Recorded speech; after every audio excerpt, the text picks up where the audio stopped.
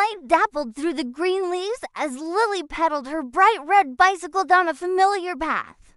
Perched in the basket, with a tiny helmet strapped to her head, was Mimi, her best and bravest mouse friend.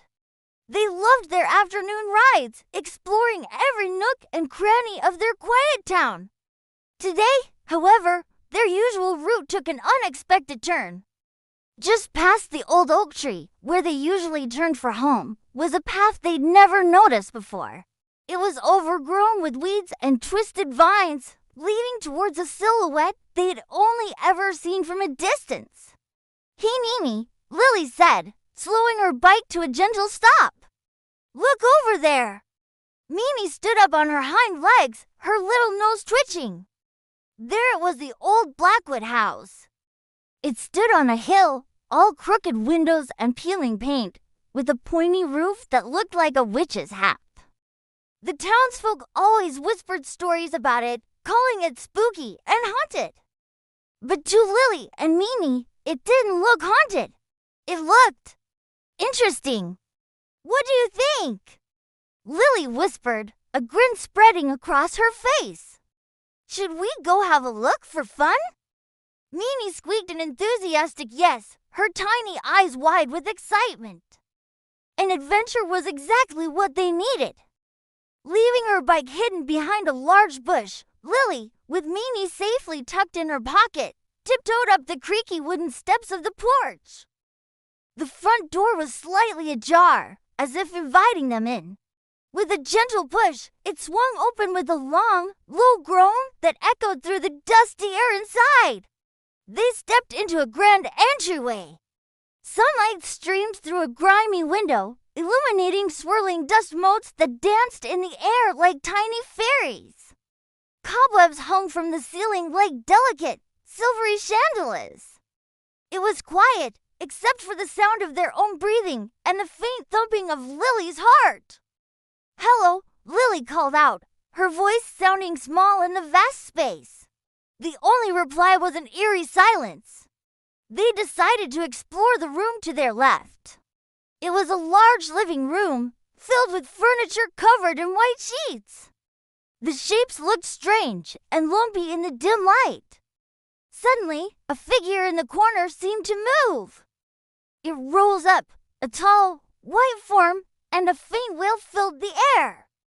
Mimi dove deeper into Lily's pocket, trembling. Lily's eyes widened, but then she noticed something.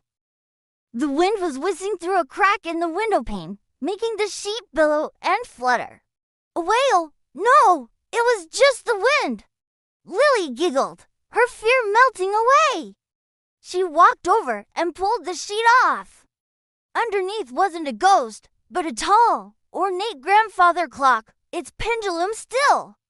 "See, Mimi?" "It's just an old clock," she said, letting the little mouse peek out. Feeling braver, they continued their exploration. As they walked down a long hallway, a series of creepy noises started. Tap, tap, scritch, scratch. It sounded like long claws scraping against the wooden floorboards, getting closer and closer. They froze, listening. But then, a loud creak from above was followed by a soft thud. Lily looked up. It wasn't a monster, it was just the old house settling. The scratching was probably just a loose shutter tapping against the outside wall. They laughed at themselves for being so jumpy. This house wasn't scary at all, it was just old and full of sounds. On a dusty table in the hallway, half hidden beneath a stack of old newspapers, they found something incredible. It was a piece of yellowed parchment, rolled up and untied with a faded red ribbon.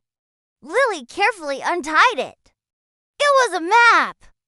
Not a map of a town or a country, but a map of the house itself. It was hand-drawn with cartoonish pictures of each room. But one room had a big, bold X marked on it, right at the very top of the house. Above the X was a drawing of a treasure chest. "A treasure map, Mimi," Lily whispered excitedly. Their fun exploration had just turned into a real-life treasure hunt. The map showed a winding path through the house, leading to a staircase they hadn't seen before.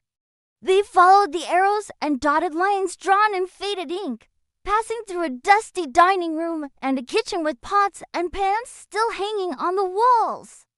Finally, they found it, tucked away behind a heavy velvet curtain, a narrow, spiraling staircase.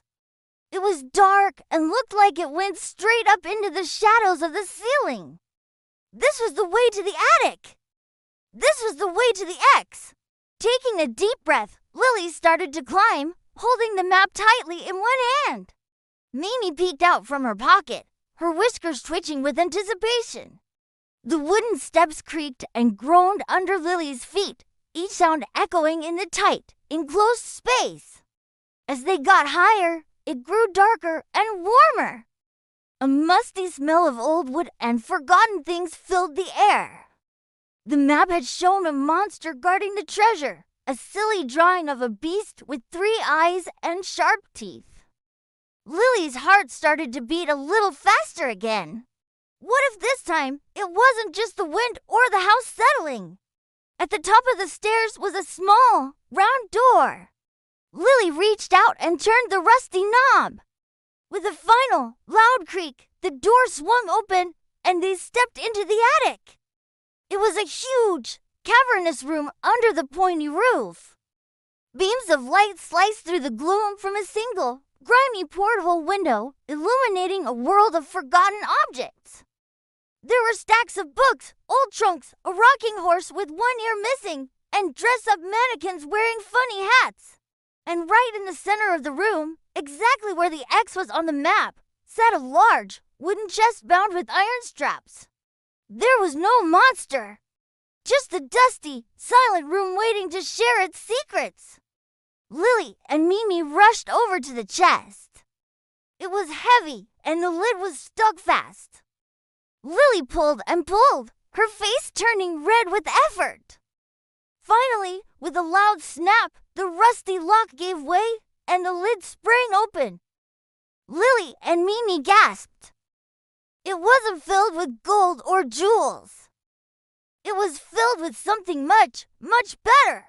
Inside, nestled on a bed of faded velvet, was a treasure trove of old-fashioned toys and magnificent costumes. There was a beautiful porcelain doll with rosy cheeks, a set of wooden soldiers painted in bright colors, a spinning top that shimmered with mother-of-pearl, and a miniature wind-up train. There were also pirate hats with paper feathers, shimmering princess gowns, a magician's cape dotted with silver stars, and a king's crown made of shiny gold cardboard. It was a chest full of imagination and joy. Lily carefully lifted out a pirate's eye patch and a small captain's hat. She placed the tiny hat on Mimi's head. Mimi squeaked with delight, striking a brave pose. Lily put on the magician's cape, swirling it around so the silver stars twinkled in the single beam of light. For the rest of the afternoon, the attic wasn't a spooky, dusty room. It was a pirate ship sailing the 7 seas, a royal ballroom, and a magician's secret workshop. They played and played, creating stories and adventures, their laughter filling the once silent house. The house wasn't scary, it was just lonely, waiting for someone to come and play again. As the sun began to set, casting long, orange shadows across the attic floor, Lily knew it was time to go. They carefully put all the toys and costumes back in the chest, except for one. Lily chose a small, beautifully crafted wooden boat with a tiny white sail. It was the perfect souvenir. Mimi, still wearing her little captain's hat, squeaked in agreement. They closed the lid on the treasure chest, leaving the rest of the forgotten fun for another day, or perhaps for another adventure to discover. As they left the old house, closing the front door softly behind them, Lily looked back one last time. It didn't look spooky anymore. It looked like a friend full of happy secrets. Holding her new boat, with Mimi the pirate captain in her pocket, Lily walked back to her bicycle, her heart full of the magic of their wonderful, not so scary adventure. And as they rode home, they were already planning their next visit. Thanks for watching our story today. If you enjoyed Lily and Mimi's adventure, don't forget to hit that like button and subscribe for more fun stories. See you next time.